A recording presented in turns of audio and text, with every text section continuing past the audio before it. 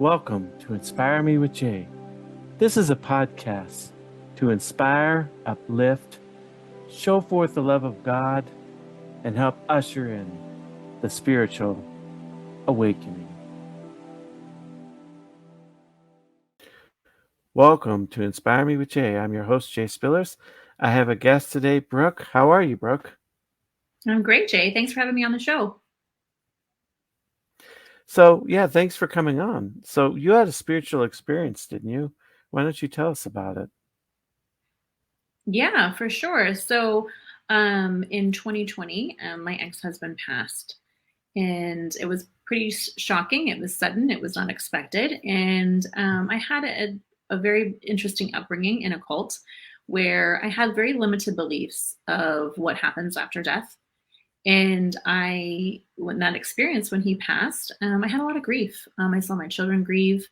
I had a lot of grief that I had to sit with myself. And what that opened up for me was the fact that I wanted to know what happens to us when we die. And so I had several people come to me and talk about the Netflix documentary called Surviving Death. And this documentary talks about near-death experiences, and it's studies that doctors have done. Neuroscientists have looked into this, like seeing that bigger picture that maybe near-death experiences are something to be talked about or recognized as something that's true, because everybody that's had one has very similar instances of what happens. And so I started to do research on that, and I basically said to the universe, God, whatever you feel is in alignment for you, I said, I just put it out there. I want to hear from somebody's own lips this near-death experience. And sure enough, 3 days later, I had a client of mine come in. I did not provoke her or ask her this. She just told me about her near-death experience. And that was pretty wild for me to actually see that something actually heard me and listened. And I was able to experience that. And so that really opened the gateway for me to start to discover more about spirituality, connection to a higher power, recognizing that synchronistic things happen and people come into our lives for a reason. I feel like nothing is coincidence. And that experience itself kind of led to other spaces of learning that more about, okay, yeah, I can connect with my ex-husband that's passed. I can connect with my grandfather that's passed. Like, there is more to our reality than we actually see with the physical eye. But there's a lot of things that we don't see that we can experience as well. So I feel like that was, it's a little bit of a short version of kind of what happened for me. That really opened me up spiritually. So, like, what happened in her near-death experience? Did anything in the near-death experience, like resonate with you specifically? So I've never personally had one, but it was basically, she explained her near-death experience very similar to everyone that was in the Surviving Death documentary and everything that I had actually read about near-death experiences. It was more of like, I saw these beings, there was light, and, some of them I recognized, some of them I didn't. Some of them had, messages to say, and letting me know that my work wasn't done here.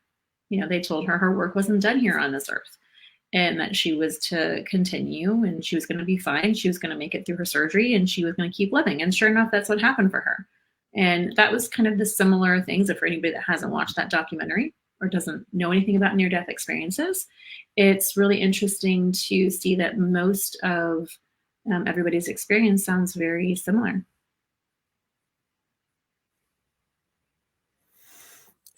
So, how many years ago was that? That was in 2020. So that was a few years ago.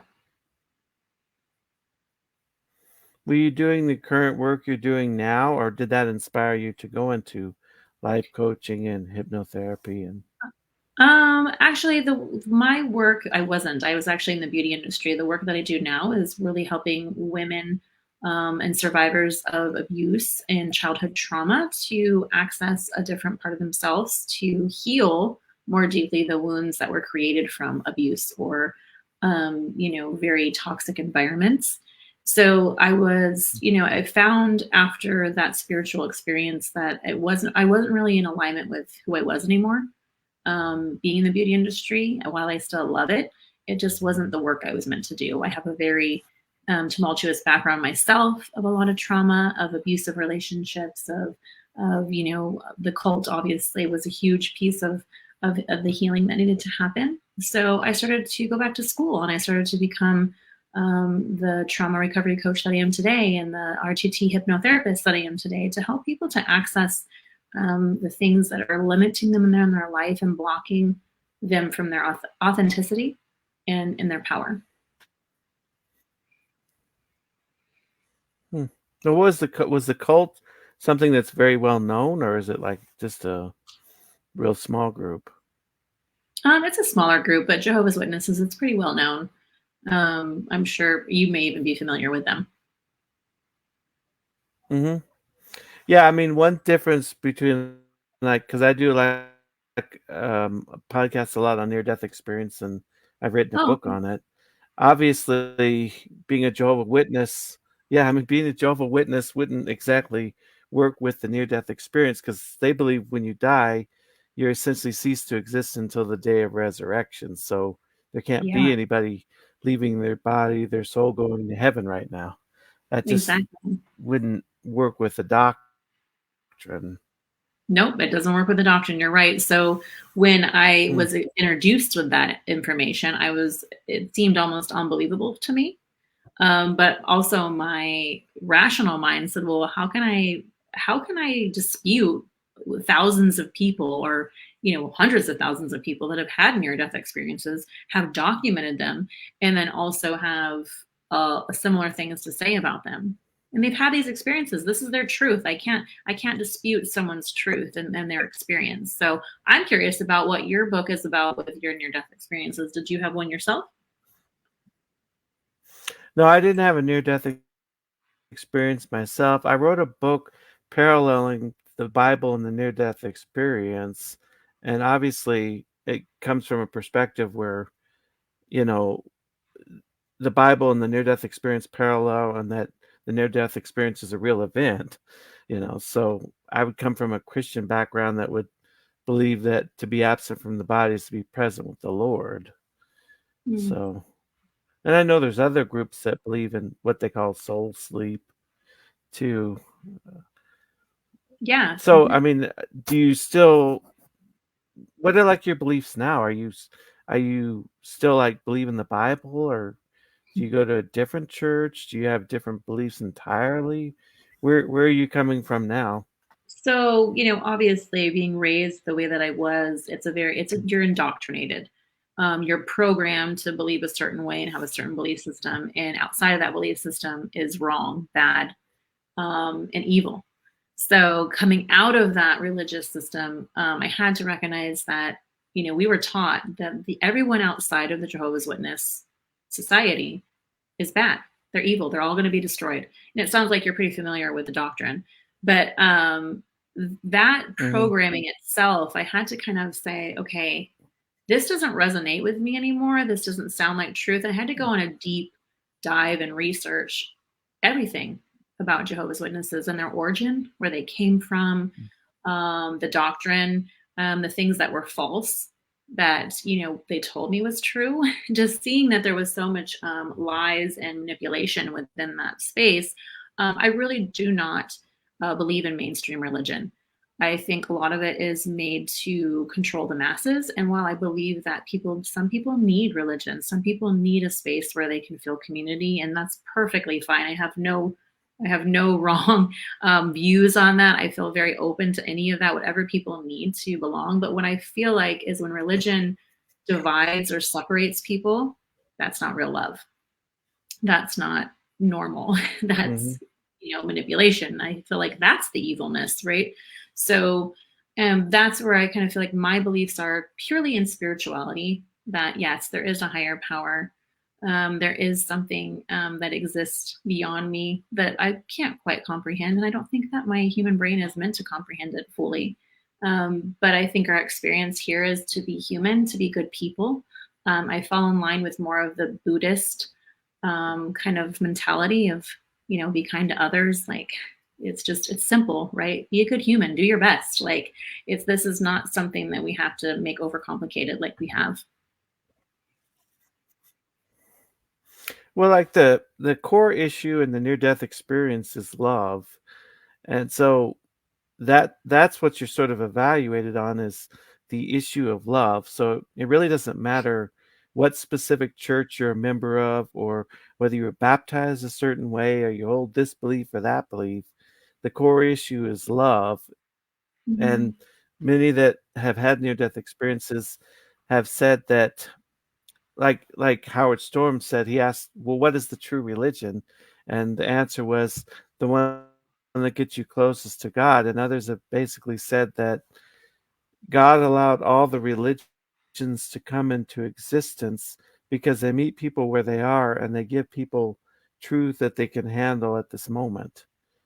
So every religion in that sense has some degree of value, and we don't Mhm. need to denigrate any particular religion because it has some degree of value. It doesn't necessarily mean that we agree with everything a particular religion or church teaches, but we don't necessarily have to see them as bad in that sense. Yeah.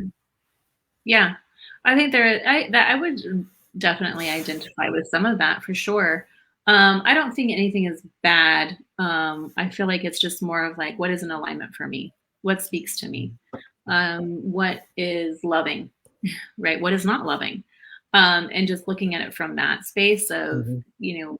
how does this religion, does it divide people? Does it make people have hate? Does it make people abandon people? Well, then that's not loving. So I find like that I'm on the opposite end of that, right? I feel like those things are not okay.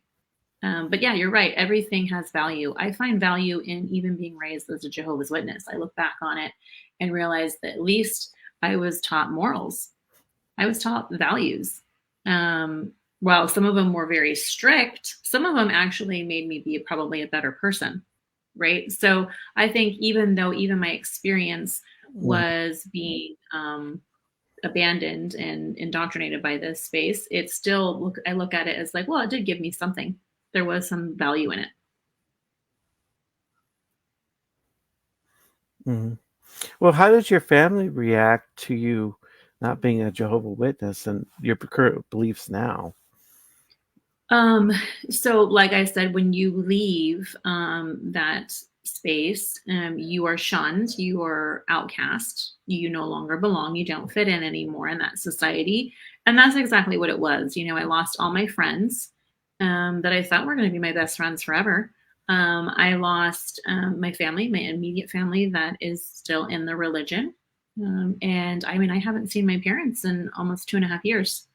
Haven't heard from them, and so got very abandoned by the community, and that was just me having to start over, find a new identity, find my way through that. And it's very difficult. I actually see and meet with a lot of people that are leaving Jehovah's Witnesses right now. It's somehow they find me synchronistically, they find me, and they're like, how do I do this? I don't know anybody outside of this community. I don't know how to exist in this world, if because we're kind of living a bubble when we're in this type of society. And it's scary for them. They're fearful, and I remember feeling that fear at one time. I remember feeling like, well, I don't know what I'm going to do. Mm. And thankfully I had my two boys. I feel like they kept me a little bit more grounded, because I don't know if I would have been able to kind of survive that pain. Hmm. So, like, was it hard growing up as a child, because you didn't get to do any holidays or birthdays or anything? Did you feel kind of isolated that way? Yeah, I did. Oh my gosh, that's a big story of mine. I used to Mm. feel so left out. I always felt like, man, I just can't seem to fit in. And that really sucked, because as a kid, I remember being, in the classroom, and the teacher would announce, oh, we're doing a birthday, and there'd be, cupcakes coming in. I'd be wanting one of those cupcakes, and the teacher knew, because my parents told her, that I had to go to the library. I couldn't have a cupcake. I couldn't participate in the birthday or the celebration, and I had to go sit in the library by myself. And that felt really lonely. And I remember just being really sad as a kid, not being able to fit in. And I was embarrassed, actually. Every time they would do a holiday event or do some type of craft or something, I would be embarrassed that I couldn't participate. That was something that really made me feel a lack of belonging. Hmm.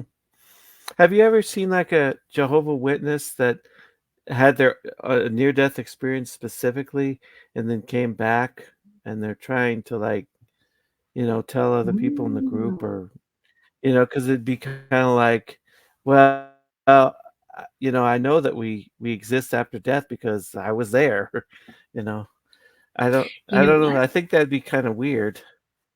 That would be What? pretty cool, actually, Jay, if I found somebody like that. I'm gonna put that out in the universe right now, that I'd like somebody to come to me that's had a near-death experience, that was a Jehovah's Witness at one time, because I think that would be fascinating to debunk anything that they talk about in their doctrine, right? And if somebody, I feel like the more and more so with mainstream media, these type of smaller societies that are trying to keep people controlled and manipulated are going to be found out, because there's social media. Everything's everywhere. Like, you can't really, even because we were told we can't look or do our own research besides what we can read from the society themselves. So, but now I think more people, there's more, it's accessible, it's easy to reach. So I think it's easier for people to kind of see that perhaps there isn't all truth in certain religions. Mm-hmm. Yeah. Have you ever wondered whether the Bible was compatible with a near-death experience? In my book, Heaven's Truth: The Parallels Between the Bible and the Near-Death Experience, your faith will be strengthened while you support this channel. In Heaven's Truth, you will learn about near-death experiences and other similar experiences in the Bible. Support for the Bible contained in NDEs, a central theme that runs through both the Bible and NDEs. How the NDE brings the Bible to life for these modern times. Evidence for both the Bible and the NDE, and much more. Great book. Spillers does an excellent job weaving the relationship between NDEs and the scriptures. 5 stars on Amazon. Available on Amazon.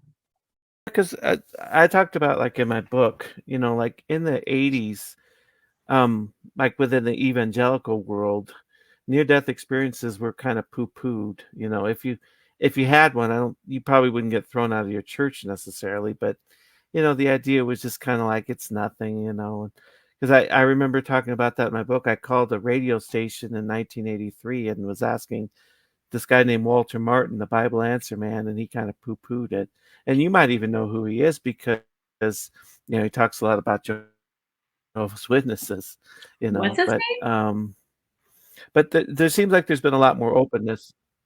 Dr. Walter Martin, he's from the 80s, and he used to write a lot on cults. And I remember that what the Jehovah's Witnesses, one of the groups he talked about. So I don't know, maybe if you'd encountered people that had his literature talking to you when you were a Jehovah's Witness. But yeah, he Hmm? was kind of not open to the idea of near-death experiences. But a lot of what they call Christian apologists are more open to it now. Yeah. No, that's interesting. I'll definitely have to look up his information, because no, I'm not familiar with him. I would be curious to know more about what he has to say, for sure. So thank you. That's great information. Hmm. Yeah, but I mean, there's just a lot more openness. But it seems like, if you had to say, is there a church group that's the most open to NDEs? One of them, at least, I think, would probably be the Mormons. I had a guy that was LDS that was a researcher, and there's been a lot of people that are LDS that had near-death experiences. So that's a Really? group that's like sort of on the other side, much more open to the idea. Wow. That's pretty awesome, actually. That's interesting that Mormons are more open to that idea. I wouldn't have expected that.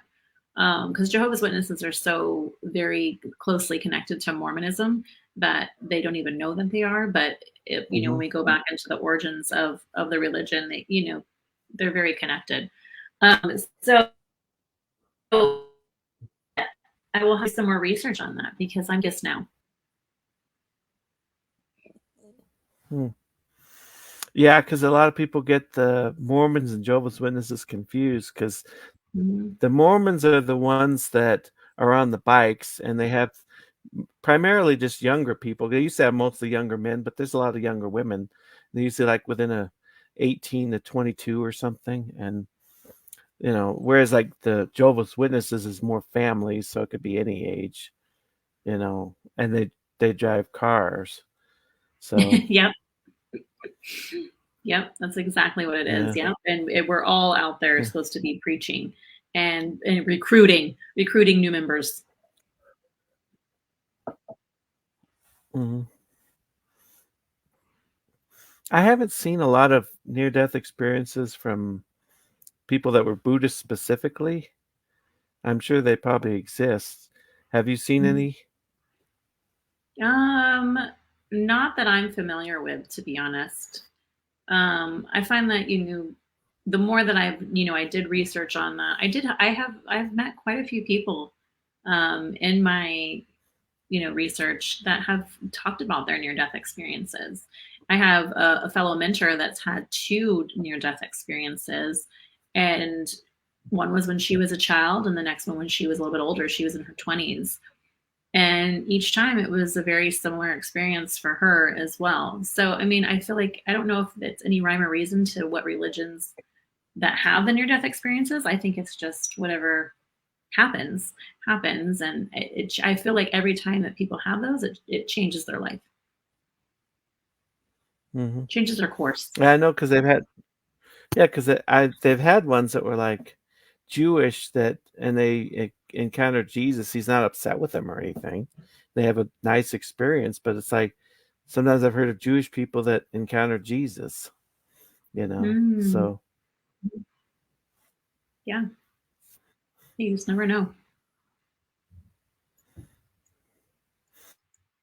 so in terms of your work now, you do like hypnotherapy and RTT.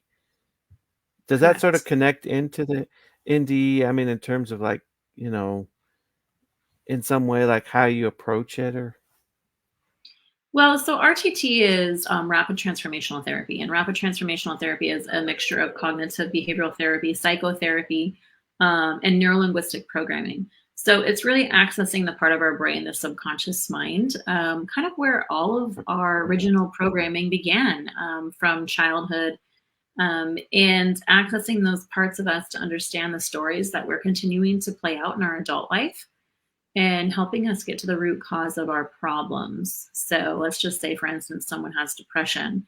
Well, you weren't born with depression. Depression came about because of your experiences and your conditioning in life. And so being able to access that part of you to kind of heal the root causes, it's going to help you live a more fulfilling life. And that's what RTT does. Hypnosis overall also can be past life regression. So we can do regression and be able to kind of access parts of your subconscious. And if you believe in something like that, where you've had other lives times, then we're able to kind of access those pieces too. So it's just being able to go into this amazing powerhouse of your brain and to get really clear on what's blocking you. yeah, it's like because I've heard of people that do the past life regression, and Mhm. sometimes they'll get like in the middle between lives, and that sort of gets in the area where the NDE is, sort of what you might call the heavenly Mhm. realm. Have you done any of this yourself? I have experienced past life regression. I have done also past life regression. RTT is more of working with the here, the now, this lifetime. But Hmm. I have done both. Yeah. I don't know if you're familiar Well, with like, Brian Weiss. Oh, go ahead. oh no, I haven't heard of that one, but he does art. He does the past life regression. So actually, he's a pretty Hmm. famous author, but he was a psychologist and he used to do hypnosis to help people with their current problems. And a woman came to him and she regressed to a past life, and he was like, in his mind, he'd never believed it, didn't understand it. And he was surprised by it. And then after that, he started to regress multiple people, and he writes books about all these past life regressions of kind of what came through with hypnotizing these people, and helping people to see that past lives are actually a thing. So it's pretty interesting. Please like, subscribe to this channel, and share everywhere. Thank you. Well, like if you did it, did you do it for yourself personally then? A past life regression? Yes, I've had it performed on me. And then I've also done past life regression for other people as well. So what was some of the past lives you found out about in yourself? A lot of them were recognizing that in past lives I had a lot of abusive relationships, and seeing how perhaps that's why I kind of had to do that in this lifetime as well, seeing how they were connected and correlated. And that was kind of interesting to see. I also saw, just, being a man one time, and just seeing like other pieces of these past lives. And sometimes it's like almost like where your cognitive part of your brain like almost feels like this can't be believable, but you actually go back into the experience and kind of feel it in the body and feel what's happening, and you get the image in the scene and really feel into these things, which is pretty interesting to me. And I think that what happened for me, it was like I wanted to kind of try to like make sense of it. And I don't know if we necessarily can make sense of it. I don't know if we're supposed to. I feel like it's just like, okay, I had that experience. And whatever that was meant to give to me, I'm just going to accept it and see it for what I need to do in this lifetime, to be the best version of myself and to heal the things that perhaps I didn't heal from the past.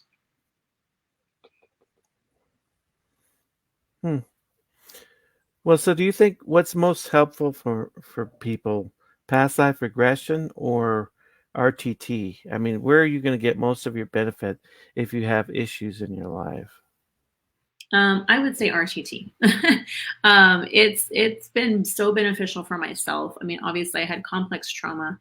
I was diagnosed with, complex PTSD. Recognizing that I suffered a lot from emotional flashbacks from abuse, and I had sexual abuse and obviously the abusive relationships as well. So recognizing that was all trapped in my body. And I was getting stuck in traditional therapy. So I was doing the traditional therapy, I was working on myself, but I was just feeling so stuck. And RTT was what really helped me break through a lot of that and help me to access this other part of my mind to be able to rewire my brain. And that's exactly what it does. It rewires and rewrites the story that you have power and access to now, because now I understood why I always felt like I was not enough.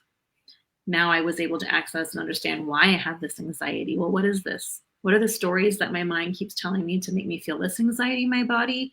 And, what is the awareness that I need to be able to live a more life that's more thriving, where I can feel more in this body, be more connected to this experience. And that's what RTT really does for people. And it's not necessarily always complex trauma. It can be such things as, okay, why do I have this procrastination? Why am I stuck in procrastination? There's a story there. There's a story that's keeping you stuck because your brain is holding you back for a reason. Is it sort of like you go to the point in time where the issue started and you just sort of allow yourself to release and heal? Exactly. Yep. You go to the original story. So in RTT, it's basically relaxing the nervous system enough. You're going to remember your whole entire experience. It's not woo woo. You're in your subconscious mind all the time throughout the day. You drive somewhere and, you ever zone out and be like, oh my gosh, how did I get here? Well, you're in your subconscious mind. You're in your autopilot, your default mode, where it takes over if you're not paying attention. It's the same thing when you zone out when you watch TV and you start thinking a bunch of thoughts. Well, where are you at? You're in your subconscious mind. You're in your default mind, right? You're like not here in the present moment. So it's just recognizing that we are always in this part of our mind. We're going in and out of this brainwave and into this space all the time. This is just giving you the power to know what's really going on because it's operating 90% of your life. You are doing part of your brain that's already been programmed, that's already been conditioned by your actions, by your behaviors that you've done over and over and over and over again to keep playing out the same space, the same day. And so now you have more awareness around it. You get to have more access to this part of you. So I think that's similar to neurolinguistic programming. How does it differ from NLP? So we actually in RTT use NLP. There is actual neurolinguistic programming within the modality itself. So I'm also a neurolinguistic practitioner. So I also know how to use language to anchor in not only the emotion and the feeling, but also to make sure that we're wiring the brain for what we're wanting to create.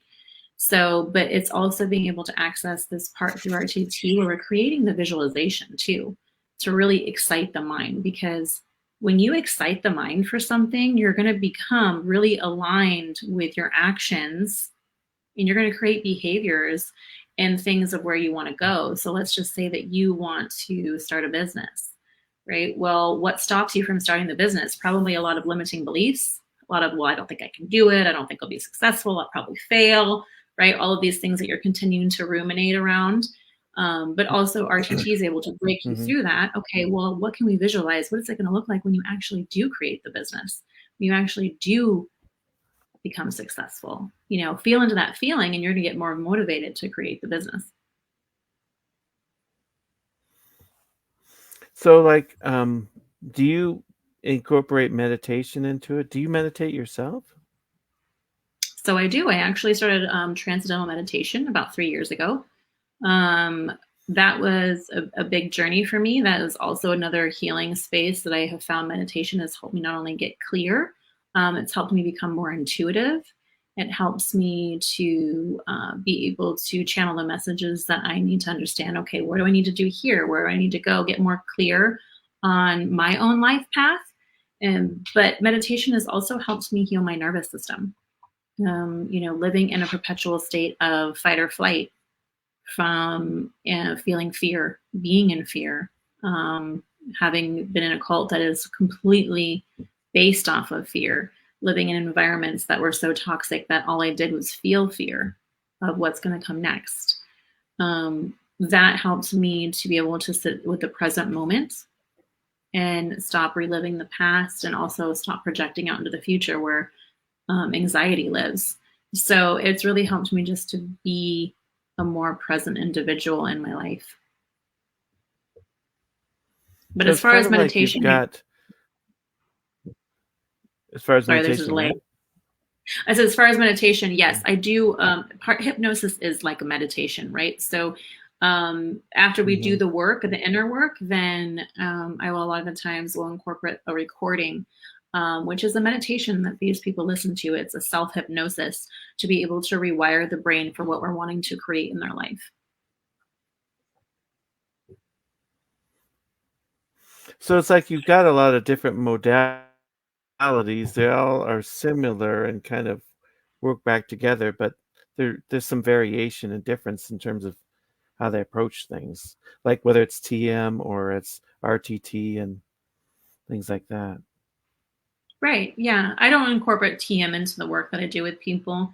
I just do the work that I do with the trauma-informed approach. So healing of the nervous system, doing the inner child work, being able to access the parts of their mind that are limiting them from living a more fuller, happier, joyful life. That's really the work that I do. How long does it usually take to get results? So I actually am currently, I usually work with women, and in less than 3 sessions, they're already starting to feel the effects. One session of RTT will already be something that's going to create massive amount of change. But when I work with women for, 6 weeks, 3 months, 6 months, they see massive transformation in their life because we're working with the part of their brain that is going to give them massive transformation. We're not just working with the cognitive piece of their brain, like their conscious mind, because we can't really create or heal what's been in the past with this part of the brain. So it's being able to go back into those places that they weren't able to process things and allow the mind and the body to process it and fully release it and let it go. Mm-hmm. So, in terms of how can people reach out to you? Yeah, so I have my website. It's lifecoachinggoddess.com. I'm on all the major social media places, TikTok, Instagram, Facebook as Life Coaching Goddess. You can reach out to me at Brooke on Facebook. But yeah, they can definitely set up a chat and see, how this could be aligned for them and how this could help. If nothing else, there's just a space to, if someone listens to this and they are recovering from a cult-like religion or feeling like they're alone, just know that this is a safe space. And you also do life coaching too. So, how does the life coaching play into your work? Do you tend to do are they separate where you can just do life coaching or just do RTT, or do you usually sort of blend the two for people in your overall program? I blend the two, and honestly, when I blend both of them, they work out so beautifully because they complement each other. They complement the way that not only are we doing deeper inner work, but we're also being really aware and present with, okay, how do we want your life to look now and feel? What are you in alignment with your actions and your goals so that we can create this massive transformation quicker? Mm-hmm. What is one thing you'd like to leave the audience with before we close out today? Sure. I would love to say that this is my motto. I say, if you heal your mind, that you change your life, because this is my story. I was able to rewrite my life, heal my mind more fully, and be able to really change my life in a different way where it became more meaningful, purposeful, where I felt more in alignment with who I was and finding my authentic self. And just know that that's a possibility for each and every one of us. And that sometimes you just need a guide, but you actually can access this power yourself. And if you're feeling like you want to have something more in life, listen to the nudge, listen to that intuitive nudge, and just go after it. Mm-hmm. Well, thanks for coming on today. It was a pleasure to have you. Yes, thank you, Jay, for having me on. It was a pleasure. Have you ever wanted to learn to meditate? Check out my book, Meditation for Everyone: How to Quickly Have a More Peaceful, Mindful, and Fulfilled Life, and support this channel. With Meditation for Everyone, you will learn to quickly and easily meditate, relieve stress and anxiety, alleviate depression, and have more joy, peace, and relaxation. What you will learn: mindfulness, the art of stillness, step by step on how to meditate, strategies for overcoming challenges to meditation, and much more. D. Mason said this is a nice meditation book, even for those already meditating. I agree with the statements that it will help to have a more peaceful, mindful, and fulfilled life. 4.6 star rating, available on Amazon.